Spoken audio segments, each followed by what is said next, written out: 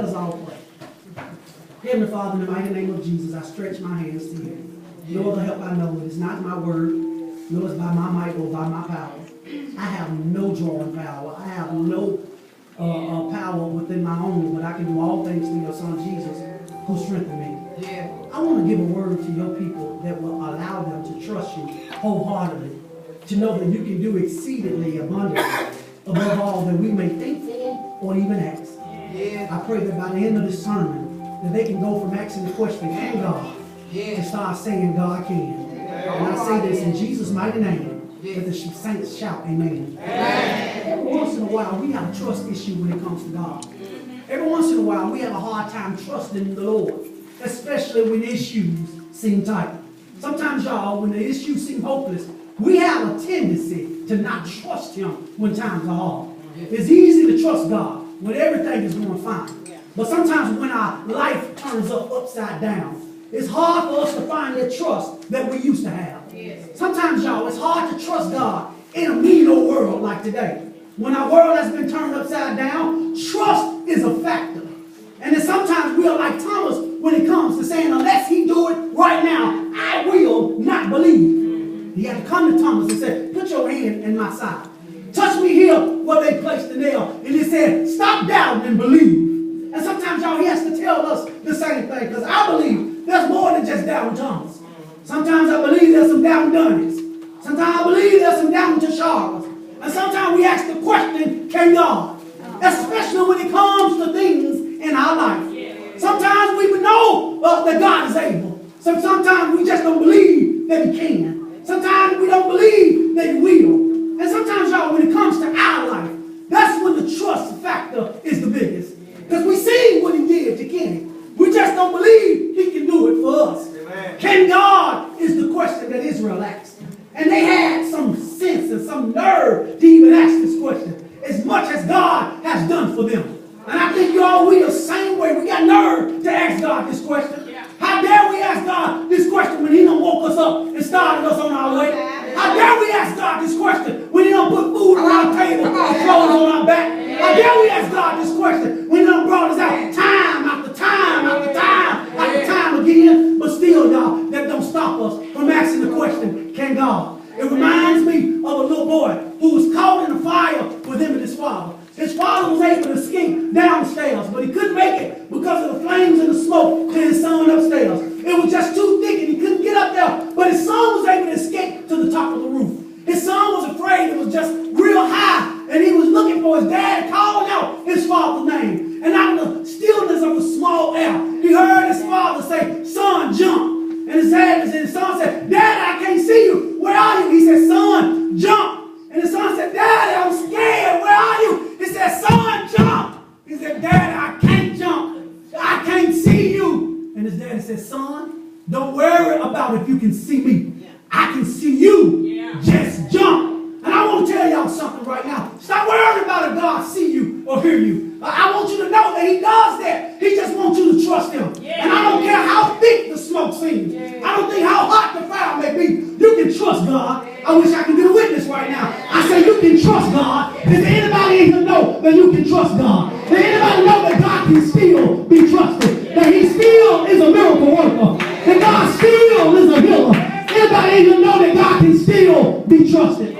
Israel said, can God do this? And can God do that? They asked the question, can God? And all of this, you all, it made me realize that they needed to do some eliminating. And I believe that we're going to ever get to a trust factor to where we can trust God in this day, in our life, that we're going to start doing some eliminating too. And I think the first thing they needed to eliminate is their faithlessness. I think they was too faithless. They had too much faithlessness in order to trust God. I think Israel had too many times in their life where they reverted back to what they used to be. And they had too many times in their life where they reverted back to what they used to do. They were not faithful to God and not faithful to His word. Therefore, they were not faithful to the promises of God. And therefore, they had to do some eliminating. And not only did they have some faithless situations, they also had some forgetful situations. I think if we're going to eliminate all this stuff in our life in order to trust God, we need to eliminate being faithless.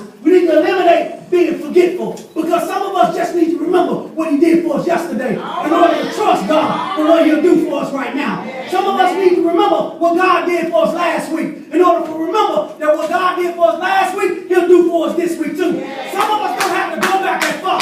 Some of us just don't have to just go back to the alarm clock today and say, he woke me up this morning and he started me on my way. And if God helped me today, then my God will help me tomorrow. Some of us are so forgetful. We got spiritual amnesia. We got short-term memory loss and long-term memory loss. We forget how God has been to us. We forget that God is a good God. We forget that God is a providing God. We forget that God will make a way out of no way. That will make me preach hard today. Can I get one amen sometime? Come on, God. Come on. Somebody to testify that, Pastor, I do understand where you're coming from. I said, God has been good to us. Amen, somebody. I said, God will provide for us. Amen, somebody. I said, God will make a way out of no way. Can I get a testify right now? Can I get somebody to say, Pastor, I'm here and I'm in the building with you. I know what it means to know that God will come through when you need him. He may not come when you want him to, but he's always right on time. Can I get a witness, somebody? Can I get a witness on this side to know that I got a God that will heal and answer prayer? And then on this side, can I identify what I'm going through? I don't forget how good God has been to me, because the same God that blessed me yesterday, the same God that blessed me today. We got to eliminate being forgetful. We got to eliminate being faithless. And we also got to eliminate being foolish. Ask the foolish question, can God? It is the same thing that Sarah asked within herself. When he told Sarah, by this time next year, you will have a child. And the Bible said Sarah laughed within herself. And the Bible said God asked her a question, is there anything too hard for God? Anytime you ask yourself the question, can God? You need to speak to yourself like Job spoke to his wife. His wife said, why don't you cuss God and die? He said, woman, that talk foolishly. Should not we accept the good things from God and not the bad things? He said, the Lord giveth and the Lord taketh away. So anytime you begin to doubt God within yourself, you need to tell yourself, shut up, because God is good all of the time. You need to tell yourself, don't be so foolish. My God will supply all of my needs according to his loving kindness and tender mercy. You need to tell yourself, weeping may endure for a night, but joy cometh in the morning. You need to tell yourself to look towards the hill, for will come on my help. My help comes from the Lord. You need to tell yourself, stop having a pity party and go ahead and have a praise party, because my God will help me out. You need to tell yourself, don't be foolish. You need to tell yourself, go ahead and worship the Lord, because he is still worthy to be praised. Somebody just touch themselves and say, self, it ain't that God can, but God will. Somebody give God some praise in this place. So I feel like doing some eliminating some foolish thinking, eliminating some forgetful thinking, and eliminating some faithless actions.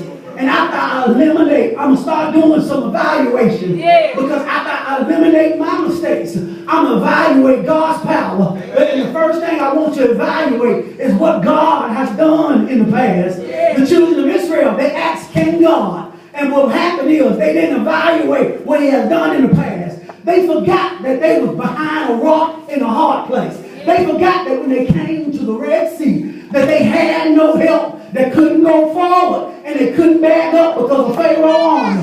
They forgot that they couldn't go from side to side. They forgot it was Moses that stood on the banks of the river, that stretched forth his rod and told them to stand still and see the salvation of the Lord. They forgot to evaluate what God has done in the past. They forgot to go to the presence of God. They forgot to evaluate the character of God. And the character of God shows this, that whenever we, his children, are in trouble, that God will be an ever-present help in the time of trouble with us. They forgot to evaluate God and what he has done in their past. They forgot that when they came to build walls, that God struck a rock, and out of the rock came good water, and God turned the bad water into good water. They forgot that when they got hungry, that God caused bread to rain down from heaven. They forgot when they got to the Jordan River, and the Jordan River was swelled over. They forgot that God parted the Jordan River, and they all walked down on dry ground, and neither was there any mud in their shoes. They forgot when they came against the Amorites, that Moses' hand stood up, and as long as Moses held